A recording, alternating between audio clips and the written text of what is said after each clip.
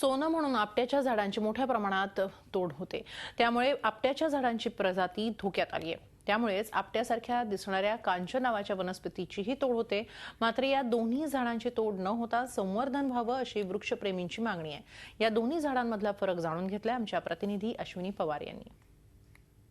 3.5 मुहूर्तांपैकी एक मुहूर्त असणाऱ्या दसऱ्याच्या दिवशी आपट्याची पानं सोनं म्हणून लुटली जातात आणि आपट्यामध्ये असणाऱ्या वनौषधीमुळे कदाचित हे आपट्याची पानं जी आहेत ही एकमेकांना एक प्रेमस्वरूपात दिली जातात असं म्हणता येईल। परंतु गेल्या काही वर्षांपासून दसऱ्यानिमित्त होणारी आपट्याची बेसुमार तोड यामुळे आपट्याची झाडं जी आहेत ती कुठेतरी नाममात्र होत आहेत आणि त्यामुळे अशा प्रकारे ही मोठी पानं असलेली आणि आपट्या सदृश दिसणारी कांचन नावाची एक वनस्पती आहे ती बाजारात सर्रास आज विक्री करताना दिसली जाते।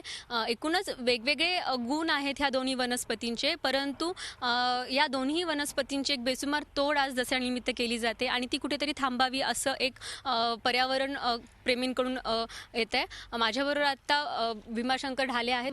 मी नागरिकांना एवढं आवाहन करू शकतो की आपण पूर्वीपासूनची आपली जी परंपरा आहे की दसऱ्याच्या दिवशी आपट्याचं पान द्यावं, ही पूर्वीपार चाललेली आपली धार्मिक रूढी परंपरा आहे।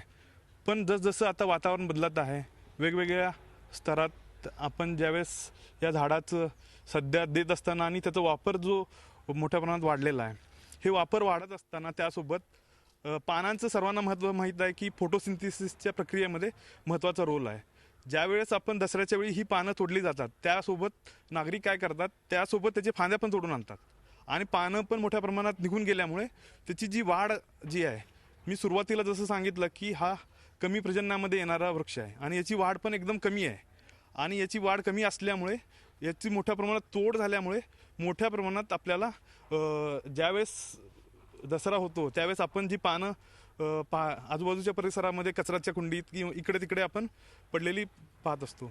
पण हे पाहत असताना आपण नागरिकांना एवढंच सांगू इच्छितो की तुम्ही जास्तीत जास्त जे काही आपले वेस्ट कागद आहेत त्या वेस्ट कागदाच्या माध्यमातून जर त्याला आपट्याच्या पानाचा जर कलर दिला, त्याच्यावर शुभेच्छा लिहिल्या आणि ते जर तुम्ही आपल्या शेजारी किंवा आपत्यस्थांना जर दिलं तर एक चांगली प्रथा आपण पाडू शकतो। व्हिडिओ जर्नलिस्ट विकी कांबळेसह Ashmi Pawar, Zee media, Pune. Zee 24 तास रहा एक पाऊल पुढे।